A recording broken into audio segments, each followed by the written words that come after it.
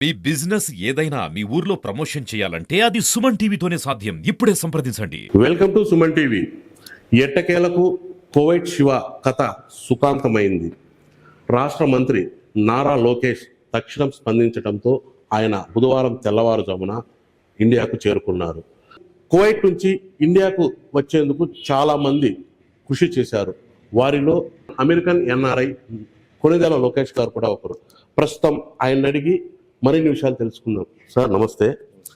Sir, ఇప్పుడు ఈ శివ గారు గత 2 రోజులుగా మీరు చూసింటారు.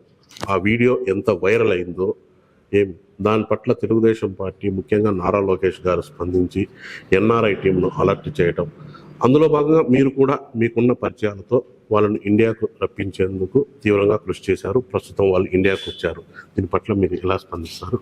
అదే మొన్న చెప్పినట్టుగా నారా లోకేష్ గారు ఎప్పుడైతే ఈ విషయాన్ని స్పందించిన వెంటనే కువైట్ ఎన్ఆర్ఐ టీడీపీ విభాగానికి ఈ టాస్క్ అసైన్ చేసిన వెంటనే వాళ్ళు ఇమీడియట్గా దీని మీద వర్క్ చేసి ఈయన విక్టిమ్ ఎవరైతే శివ గారిని వెంటనే అక్కడ నుండి ఎంబసీకి తీసుకెళ్ళి అక్కడ నుంచి వెంటనే ఏజెన్సీలతో మాట్లాడి అక్కడ నుంచి ఇక్కడ టికెట్ చేసి ఇక్కడికి 3 రోజుల్లో, సో ఇది 3 రోజుల్లో ఇంత ఫాస్ట్గా ఇక్కడికి ఇంత త్వరగా ఇక్కడ రావాలంటే అది అంత ఈజీ అయిన విషయం కాదు. ఇలా ఎందుకంటే అలాంటి దేశాల నుండి అలాంటి స్థితుల నుంచి బయట రావడానికి సో ఇదంతా నారా లోకేష్ గారి కృషి వల్లే అక్కడ ఎన్ఆర్ఐ టీడీపీ వాళ్ళు చాలామంది చాలా కృషి చేసి మొత్తం మీద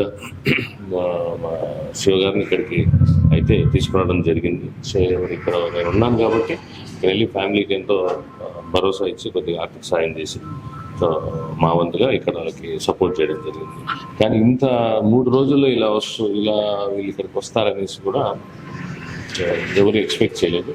ఈ క్రెడిట్ మొత్తం నారా లోకేష్ గారు ఎన్ఆర్ఐ టీడీపీ కువైట్ టీమ్స్కే ఇది జరుగుతుంది.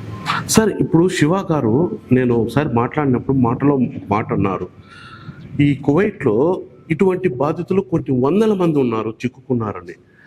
మన ఆంధ్రప్రదేశ్లో ఎవరన్నా చిక్కుకుని ఉంటే వారిని రక్షించేందుకు ఒకవేళ మరి ఎటువంటి చర్యలు తీసుకుంటారు? సో దాని గురించి నాకు చాలా తక్కువ అవగాహన ఉంది. ఎందుకంటే కువైట్ ఇది అక్కడ ఎన్ఆర్ఐ టీడీపీ వాళ్ళైతే మీకు దీని మీద సరైన ఇన్ఫర్మేషన్ ఇస్తారు.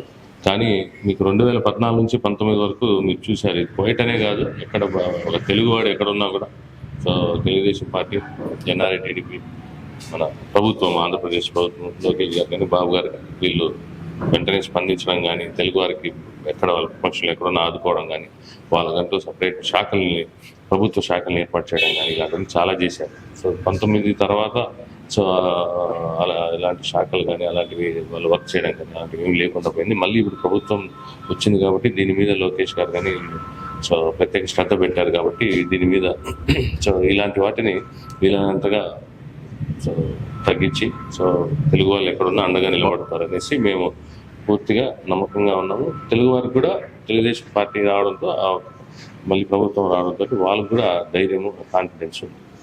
శివ గారు ఇండియాకు వచ్చిన దానికి హ్యాపీగా ఉందా? హ్యాపీగా ఉంది సార్. మన నారా లోకేష్ బాబు గారు, మన చంద్రబాబు నాయుడు గారు వీళ్ళ కృషితో 3 రోజుల్లో రావడం అంటూ సాధ్యం కాదు. ఇంతవరకు జరగలేదు కూడా. ఏ ప్రభుత్వం కూడా 3 రోజుల్లో మనిషిని ఇంతగా తీసుకొచ్చింది లేదు. కానీ ఇంత తొందరగా నేను వస్తానని నేను కూడా అనుకోలేదు సార్.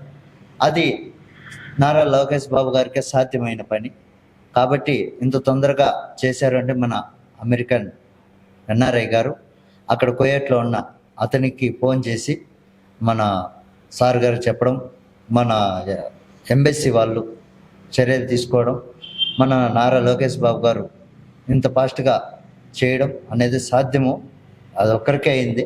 ఎందుకంటే ఇంత 2 రోజులు 3 రోజుల్లో ఇంతవరకు ఏ మనిషి కూడా కువైట్ నుంచి ఇంత తొందరగా అయితే ఇండియాకి రాలేదు.